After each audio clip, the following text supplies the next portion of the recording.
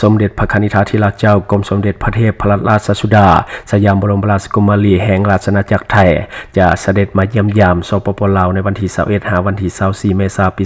2025ซึ่งในปัจจุบันที่เฮาอัดรายการอยู่เนาะซึ่งว่าเพิ่นได้เดินทางมาที่นครหลวงเวียงจันทน์เป็นที่เยี่ยมห้อยเพราะว่าในปัจจุบันเป็นวันที่21 เดือน 4 ปี 2025กระทรวงการต่างประเทศแจ้งให้ทราบว่าในระหว่างวันที่21 วันที่24 เมษายน ปี 2025กรมสมเด็จพระคณิธา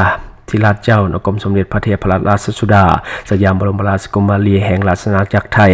จะเสด็จมาเยี่ยมยามสปป.ลาวและก็เป็นประธานในพิธีเปิดกองประชุมวิชาการด้านการแพทย์และสาธารณสุขเพื่อเฉลิมฉลองครบรอบ25 ปีโครงการฝึกอบรมเทคโนโลยีทางการแพทย์และสาธารณสุขสำหรับบุคลากรการแพทย์ของสปป.ลาวโดยการตอบสนองการเชิญของพระทหารทองลุนศรีสุฤทธิ์ประธานประเทศแห่งสาธารณรัฐประชาธิปไตยประชาชนลาว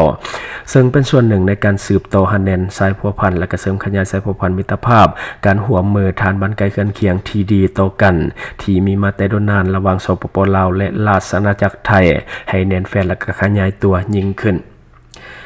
อันนี้ถือว่าเป็นข่าวดีเนาะสำหรับปวงชนลาวทั้งหลายที่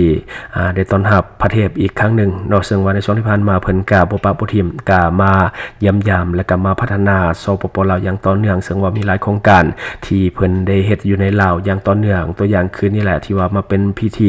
เป็นประธานในพิธีเปิดกองประชุมทางด้านการแพทย์และก็สาธารณสุขเนาะอันนี้เป็นสิ่งที่สำคัญและก็จำเป็นที่เพิ่นให้ความสำคัญและก็พยายามที่จะส่งเสริมให้บุคลากรทางการแพทย์ของลาวได้มีความรู้ความสามารถและก็เข้าถึงเทคโนโลยีใหม่ๆเนาะซึ่งว่าอันนี้เป็นปัจจัยที่สำคัญเป็นหนึ่งในปัจจัย4ที่เพิ่นเองก็เล็งเห็นและก็ให้ความสำคัญกับความเป็นอยู่ของคนลาวซึ่งคนลาวทั่วประเทศทั่วปวงชน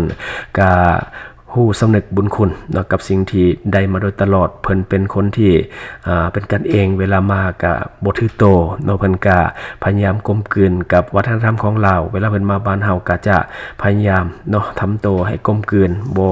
บ่มีสองวางหลายจนเกินไปแต่ว่าเฮาเองก็ฮู้โตดีเนาะก็คือพยายามนับถือแล้วก็ยกไว้ที่สูงเสมอเนาะเพิ่นมาแต่ละครั้งเพิ่นก็จะมีการรำวงแล้วก็รับประทานอาหารค่ำร่วมกับ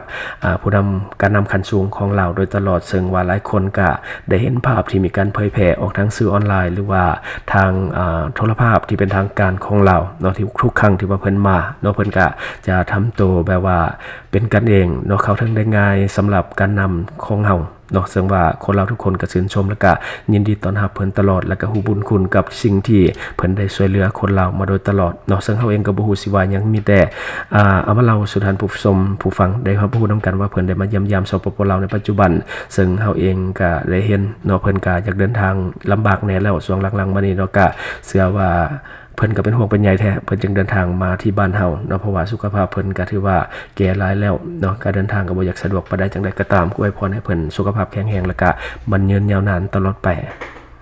ท่านมีความเสี่ยงที่จะเป็นพยาธิตับหรือบ่ทางการดื่มเหล้าดื่มเบียร์เป็นประจำและการกินอาหารดิบอย่างต่อเนื่องแน่นอนละ 100% ของการกินอาหารดิบคือการนำเชื้อโรคเข้าสู่ร่างกายของท่านบ่ว่าจะเป็นพยาธิใบไม้ในตับหรือว่าไวรัสตับชนิดต่างๆรวมทั้งพฤติกรรมเสี่ยงในเรื่องของการดื่มเหล้าดื่มเบียร์หนักๆเป็นประจำเนาะตัวนี้ส่งผลเสียต่อเซลล์ตับของท่านจะส่งผลให้ท่านเป็นพยาธิตับแข็งได้ง่ายฉะนั้นเนาะถ้าท่านเปลี่ยนพฤติกรรมทั้ง2อย่างนี้บ่ได้อย่าลืมปกป้องตับของท่านด้วยผลิตภัณฑ์ D+ ของเฮาซึ่งว่าเป็นผลิตภัณฑ์ปกป้องตับแบบเข้มข้นมีการปรับสูตรมาจากต่างประเทศสำหรับคนเราโดยเฉพาะเพราะคนเราเขานี่จะดื่มเหล้าดื่มเบียร์ค่อนข้างที่จะหนักและก็จะกินอาหารดิบเป็นเรื่องปกติอยู่แล้วแน่นอนเขารับเชื้อโรคและก็ทำลายตับไปในเวลาเดียวกันเนาะฉะนั้นอย่าลืมปกป้องตับของท่านด้วยผลิตภัณฑ์ D+ ของเฮาตัวนี้ดื่มง่ายโดยช่วยปกป้องตับของท่านสินค้าผ่านทางอย.และก็ได้มาตรฐานอื่นๆที่สำคัญสำหรับราคาเป็น 219,000 กีบจัดส่งฟรีทั่วประเทศสามารถสอบถามตามเบอร์ที่ขึ้นหน้าจอในปัจจุบันได้เลย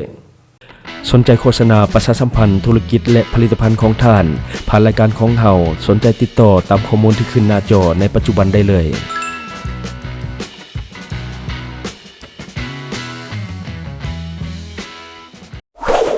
Subscribe for more video